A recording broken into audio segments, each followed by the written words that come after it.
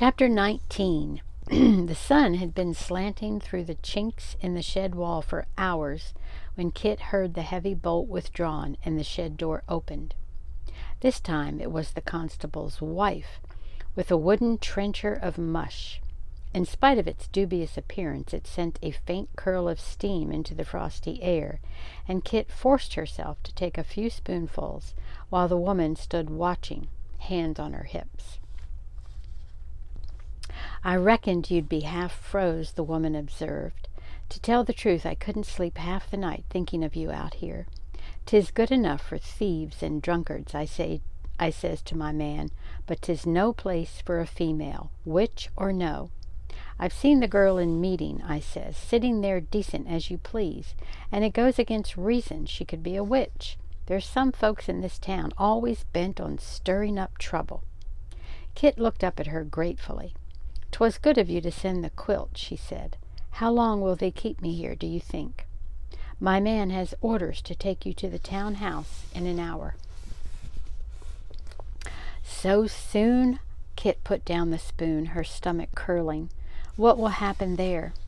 "The magistrate and the ministers will examine you. If they think you be guilty, they'll send you on to Hartford to wait trial. At any rate, you'll be off our hands. My man and I, we don't relish this work much. We'll be glad when his term is up." Kit laid down the trencher in dismay. "But I can't go like this. I've been sitting in the dirt all night." The face she lifted to the woman was even sorrier than she realized, streaked with mud and tears. "You're no treat to look at, that's sure," the woman admitted. "If they took you for a witch right now, I'd scarce blame them. Wait a minute." She went away, taking the precaution of bolting the door securely, and returned presently with a basin of water and a rough wooden comb. Gratefully, Kit did what she could to make herself respectable. The dress, dirty and crumpled, could not be helped. It required the constable and 2 sturdy members of the watch to conduct a timid witch up Carpenter's Lane, along Broad Street, up Hungry Hill to the townhouse. The small building seemed full of people as she entered.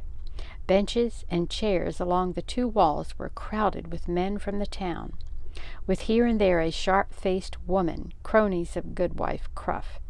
At a table at the end of the room sat Captain Samuel Talcott, magistrate from Wethersfield to the General Court of Connecticut, and a group of men whom Kit knew as the town selectmen. Her uncle sat in his place among them, his lips tight, his eyebrows drawn fiercely together. What anguish it must cost him, Kit thought with shame, to have to sit here and pass judgment on a member of his own household. At the opposite end of the table sat the 2 ministers, Reverend John Woodbridge and Dr. Gershom Bulkley, both famed for their relentless sermons against witchcraft. Kit's heart sank.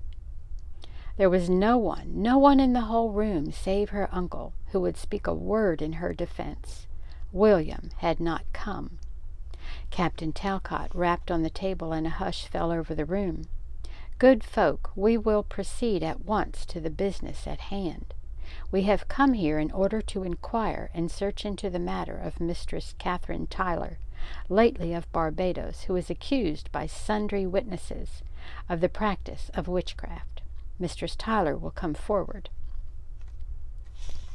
Prompted by the constable's elbow, Kit got to her feet and moved haltingly across the room to stand facing the magistrate across the table. "You will listen to the charge against you." A clerk read from a parchment, giving full weight and due to every awful word.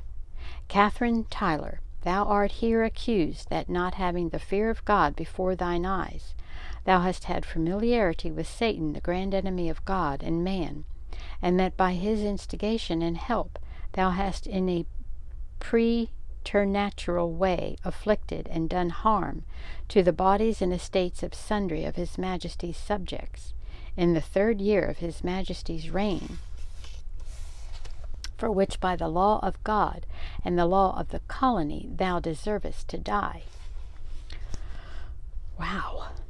There was a murmur along the benches. Kit's hands felt icy, but she kept her eyes steadily on the magistrate. Mistress Tyler, you are accused by Adam Cruff with the following actions. Firstly, that you were the familiar friend and companion of the widow Hannah Tupper of Blackbird Pond, an alleged witch who has within the past week disappeared in a suspicious manner. Such friendship is a lawful test of guilt, inasmuch as it is well known that witchcraft is an art that may be learned and conveyed from one person to another, and that it has often fallen out that a witch, upon dying, leaveth some heir to her witchcraft. Secondly, that you are guilty of actions and works which infer a court with the devil, which have caused illness and death to fall upon many innocent children in this town. The clerk sat down. Captain Talcott eyed the girl before him. Quite plainly he had a distaste for the duty at hand, but his stern, soldierly countenance did not soften. "Mistress Tyler," he said, "you have heard the complaints against you. We will proceed with the first accusation. Is it true that you were a friend and companion of the widow Tupper?" For a moment Kit feared that her voice would not come. "Yes, sir," she managed shakily. "Is it true that on sundry occasions during the summer you have entered her house and visited with her?" "Yes, sir." "Is it true that you were also acquainted with a certain cat which the widow entertained as a familiar spirit?" It was just an ordinary cat, sir, like any cat." "You will answer yes or no. Is it true that you have engaged with the widow Tupper in various enchantments with the direct intent of causing mischief to certain people?" "Oh, no, sir. I don't know what you mean by enchantments." "Do you deny that on a certain day in August last, on passing the pasture of Goodman Whittlesley, you cast a spell upon his cattle, so that they were rooted to the ground where they stood, and refused to answer his call, or to give any milk on that evening?" I don't understand, sir. How could I do such a thing?" "Goodman Whittlesley, will you repeat your complaint for this assembly?" Her head reeling, Kit stood helpless as one after the other they rose and made their complaints, these men and women whom she scarcely recognized. The evidence rolled against her like a dark wave. One man's child had cried aloud all night that someone was sticking pins into him. Another child had seen a dark creature with horns at the foot of her bed. A woman who lived along South Road testified that one morning Kit had stopped and spoken to her child, and that within 10 minutes the child had fallen into a fit and lain ill for 5 days. Another woman testified that one afternoon last September she had been sitting in the window sewing a jacket for her husband, when she had looked up and seen Kit walking past her house, staring up at the window in a strange manner, whereupon, try as she would, the sleeve would never set right in the jacket. A man swore he had seen Kit and Goody Tupper dance round a fire in the meadow one moonlit night, and that a great black man, taller than an Indian, had suddenly appeared from nowhere and joined in the dance. Matthew Wood leaped suddenly to his feet. "I protest this mockery," he roared in a voice that silenced every whisper. "Not one word of this nonsense could be proved in the court of assistance. There is not one shred of lawful evidence in the lot. I beg you, Sam Talcott, make an end of it." "Do I infer that you are willing to vouch for your niece's good character, Matthew Wood?" "Certainly, I will vouch for it." "We are to understand, then, that these visits to the widow Tupper were taken with your approval?" Taken aback, Matthew glared at the magistrate. "No, I had no knowledge of them," he admitted. "Did you ever, at any time, indicate to your niece that she was not to associate with this woman?" "Yes, I forbade her to go." "Then the girl has been disobedient and deceitful." Matthew clenched his fists in frustration. "The girl has been thoughtless and headstrong at times, but her upbringing has been such as to encourage that." "You admit, then, that her education has been irregular?" You can twist what I say as you will, Sam Talcott, said Matthew in steely anger, but I swear before all present, on my word as a freeman of the colony, that the girl is no witch. We are obliged to listen to the testimony, Matthew, said Captain Talcott reasonably. I will thank you to keep silent. What is your opinion of the case, Dr. Bulkley? Dr. Bulkley cleared his throat. In my opinion, he said deliberately, it is necessary to use the greatest caution in the matter of testimony, since the unnatural events so far recounted appear to rest in each case upon the word of but one witness. The legality of any one of them is open to question. It is ridiculous to talk of legality, interrupted Matthew. There has not one word been spoken that makes sense. For the last few moments, Goodwife Cruff had been vehemently prodding her husband. He rose now obediently. Sir, I've summat to say as makes sense, he announced, assuming a bold tone, that there's more than one witness to prove it. I've got summat. I wish I knew how to say that and what that meant. I've got summat here as was found in the widow's house that night. With a sinking heart, Kit watched as he drew an object from his pocket. It was not the horn-book, as she expected. It was the little copybook. At sight of it, Goodwife Cruff's anger burst through all restraints. "Look at that," she demanded. "What do you say about that? My Prudence's name written over and over. 'Tis a spell, that's what it is. A mercy the child is alive today. Another hour, and she'd have been dying like the others." The magistrate accepted the copybook reluctantly, as though it were tainted. "Do you recognize this book, Mistress Tyler?" Kit could barely stand upright. She tried to answer, but only a hoarse whisper came out. "Speak up, girl," he ordered sharply. "Does this book belong to you?" "Yes, sir," she managed.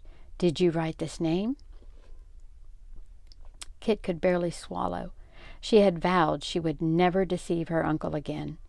Then, remembering, she looked back at the copybook.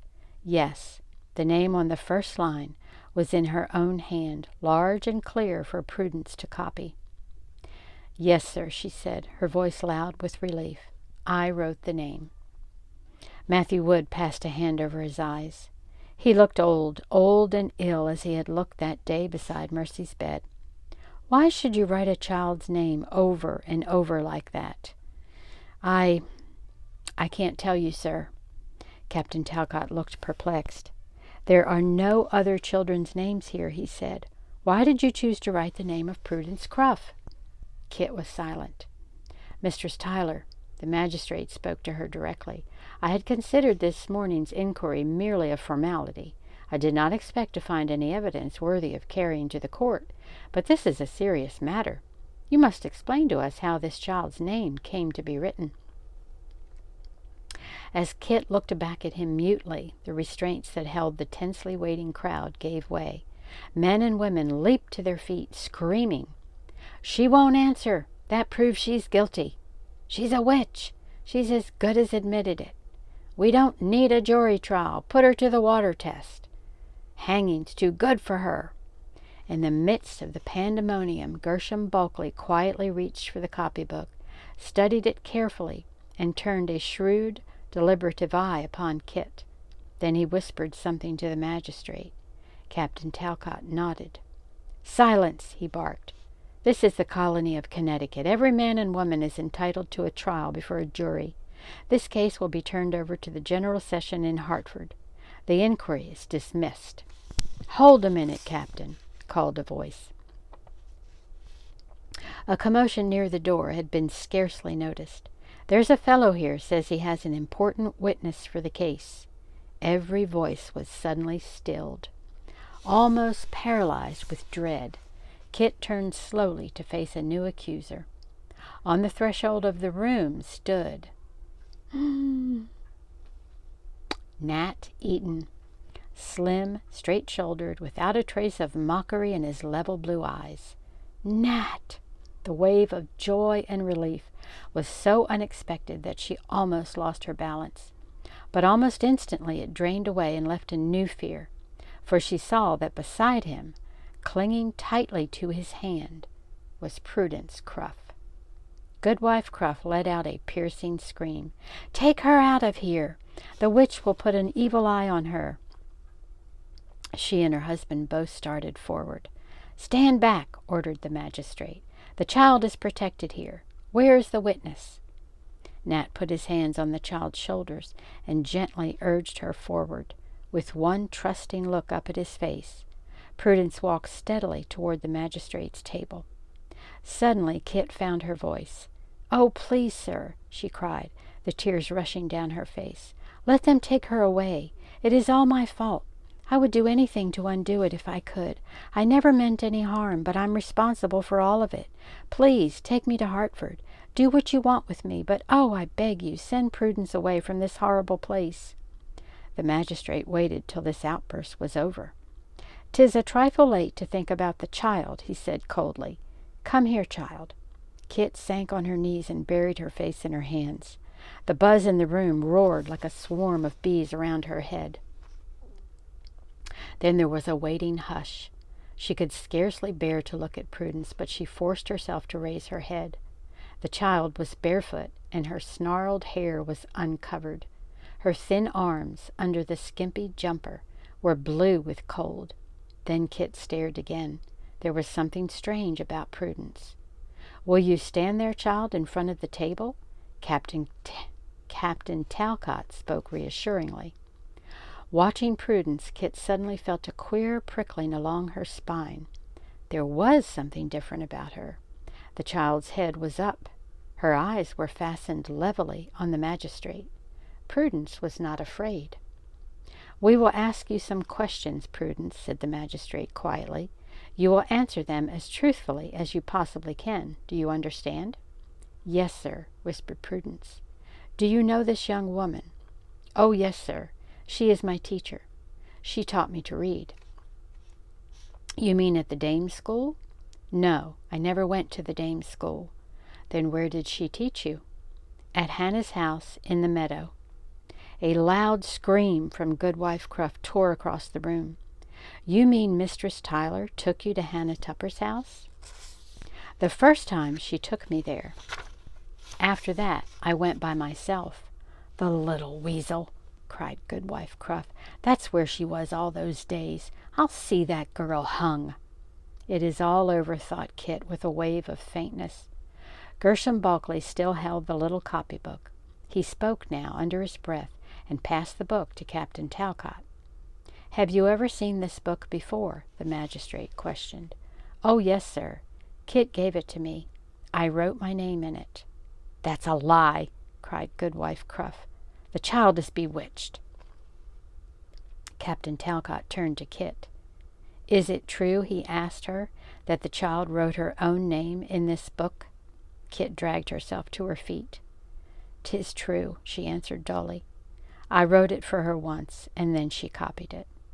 "You can't take her word for anything, sir," protested Goodman Cruff timidly. "The child don't know what she's saying. I might as well tell it. Prudence has never been what you'd call bright. She never could learn much." The magistrate paid no attention. "Could you write your name again, do you think?" I think so, sir." He dipped the quill pen carefully in the ink and handed it to the child. Leaning over the table, Prudence set the pen on the copybook. For a moment there was not a single sound in the room but the hesitant scratching. Goodman Cruff was on his feet. Propelled by a curiosity greater than any awe for the magistrate, he came slowly across the room and peered over his child's shoulder. "Is that proper writing?" he demanded in unbelief. "Prudence Cruff, does it say, 'Write out as it should'?" The magistrate glanced at the writing and handed the copybook to Gershom Bulkley. "Very proper writing, I should say," Dr. Bulkley commented, "for a child with no learning." The magistrate leaned to take the pen out of the small fingers. Goodman Cruff tiptoed back to the bench. The bluster was gone from him. He looked dazed. "Now, Prudence," the magistrate continued, "you say that Mistress Tyler taught you to read." What sort of reading? Goodwife Cruff rose in a frenzy. Magic signs and spells, I tell you.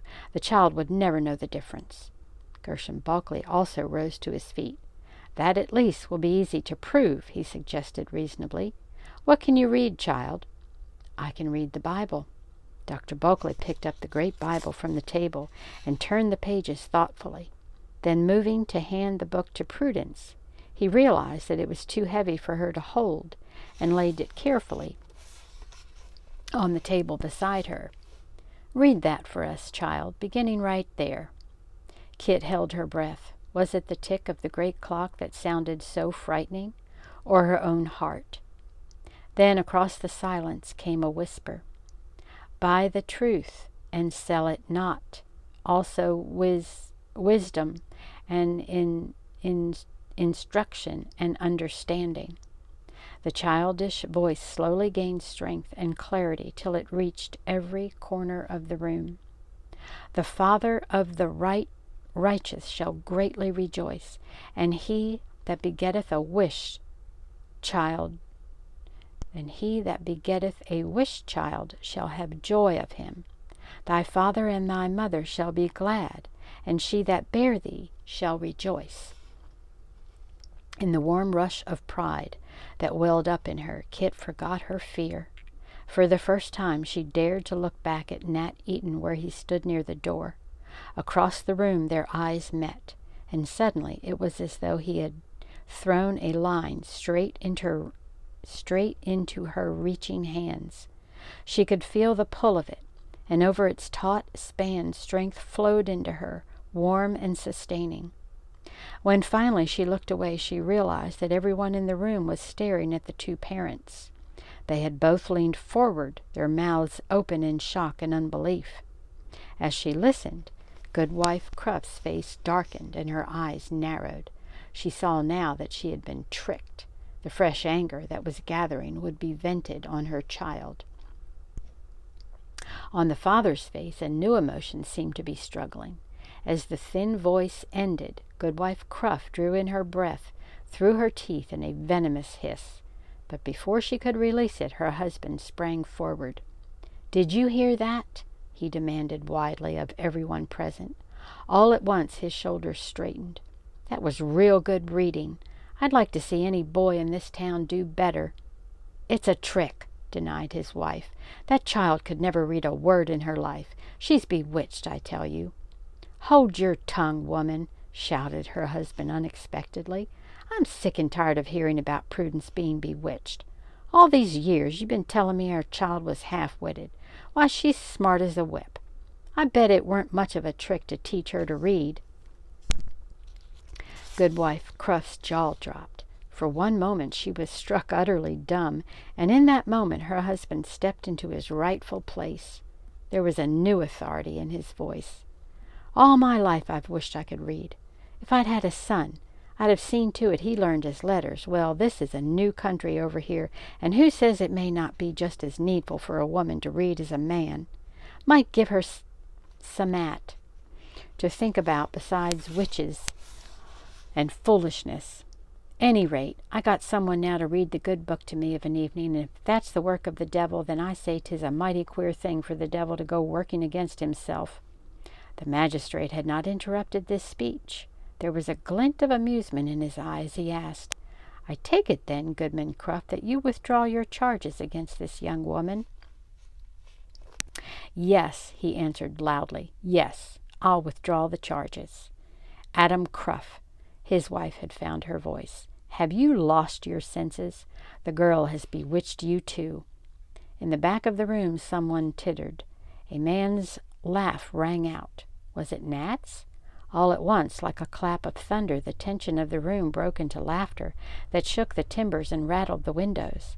Every man in the room was secretly applauding Adam Cruff's declaration of independence. Even the magistrate's stern lips twisted slightly. "There seems to be no evidence of witchcraft," he announced when order had been restored. "The girl has admitted her wrong in encouraging a child to willful disobedience. Beyond that, I cannot see that there is any reasonable charge against her." I pronounce that Mistress Catherine Tyler is free and innocent." But suddenly Goodwife Cruff's anger found a new outlet. "That man," she shrilled, "isn't he the seaman, the one who was banished for setting fire to houses? 30 lashes they promised him if he showed his face here again." There was renewed uproar. The constable looked to the magistrate for orders. Captain Talcott hesitated, then shrugged his shoulders. "Arrest him," he snapped. "The sentence still stands." Uh-oh. "Oh, no," Kit pleaded in alarm. "You can't arrest him when he only came back to help me." With a shrewd look at his niece, Matthew Wood interceded for her. "'Tis the truth, Sam," he observed. "The lad risked the penalty to see justice done. I suggest you remit the sentence." "A good suggestion," agreed the magistrate, relieved to have an end to the matter. But Nat had slipped out of the room, and his half-hearted pursuers reported not a single trace of him. "They won't find him," a voice whispered in Kit's ear. A small hand crept into hers. "He's got a fast little pinnace hidden on the river bank." Oh, now we know what a pinnace is, a small boat. "He told me to say goodbye to you if he had to hurry away." Prudence! Kit's knees had suddenly turned to water. How did it all happen? "He came and found me this morning. He said he got worrying about you and came back and sort of spied around till he heard about the meeting. He said I was the only one could save you, and he promised he would stay right here and help as long as we needed him. Oh, I'm so grateful to both of you." Kit's tears started again. "And I'm so proud of you, Prudence. Will you be all right, do you think?" "She'll be all right," Goodman Cruff, coming to claim his daughter, had overheard. "Time somebody looked after her so she won't need to run off any more. Next summer she'll go to your school like I always wanted." "Goodwife Cruff," the magistrate called back the departing woman, "I remind you that the penalty for slander is heavy. A fine of 30 pounds, or 3 hours in the stocks. Mistress Tyler would be within her rights to press her own charges." "Oh, no," gasped Kit. Matthew Wood stood beside her. "Let us make an end of this," he said. "We have no desire to press charges. With your permission, Captain, I shall take Catherine home."